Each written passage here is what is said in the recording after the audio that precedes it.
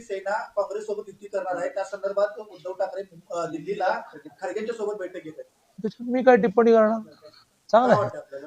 काय वाटतं म्हणजे हे बघ, राजकारणामध्ये काही होऊ शकतं ह्या जुन्या वाक्याचा आता इतका व्यापक अर्थ झालेला आहे. पूर्वी फक्त काही होऊ शकतं, काही होऊ शकतं अशी स्थिती आलेली असताना खारगेंना उद्धव ठाकरे भेटतील काय?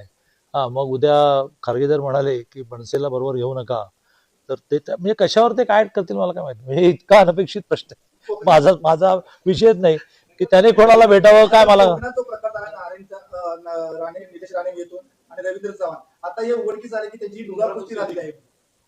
ठरवून केलेलं असं उघडकीस आलं. तुम्हाला काय कळलं ते मला नंतर कळवा.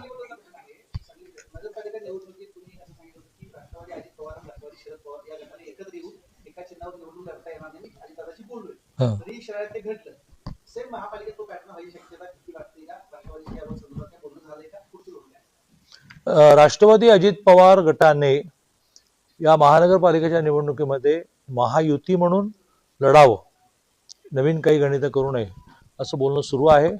आणि नगरपालिकांचं काय झालं की 284 इतक्या ठिकाणी नगराध्यक्ष ठरवा, खालचे 17 सदस्य, 21 सदस्य, 30 सदस्य, या सगळ्याच्या मध्ये 70% ठिकाणी तरी माझा दावा आहे की खूप व्यवस्थित कोऑर्डिनेशन झालं.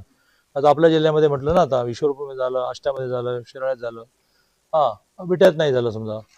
तर ह्या आता महानगरपालिका 30 आहेत, त्यातल्याही 2नी 50% आरक्षण क्रॉस केल्यामुळे बहुधा 28च होते.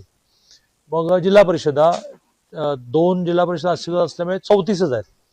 ही संख्या थोडी कमी राहील की ज्यामुळे एवढे प्रॉब्लेम, कारण शेवटी कशातून ते प्रॉब्लेम झाले तर खालच्या कार्यकर्त्यांना पुरेसं स्वातंत्र्य द्यायला पाहिजे.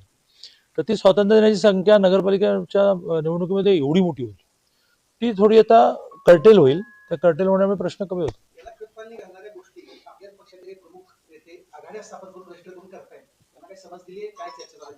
लोकशाहीमध्ये कोणाकोणाला जे जे करायचं ते करावं.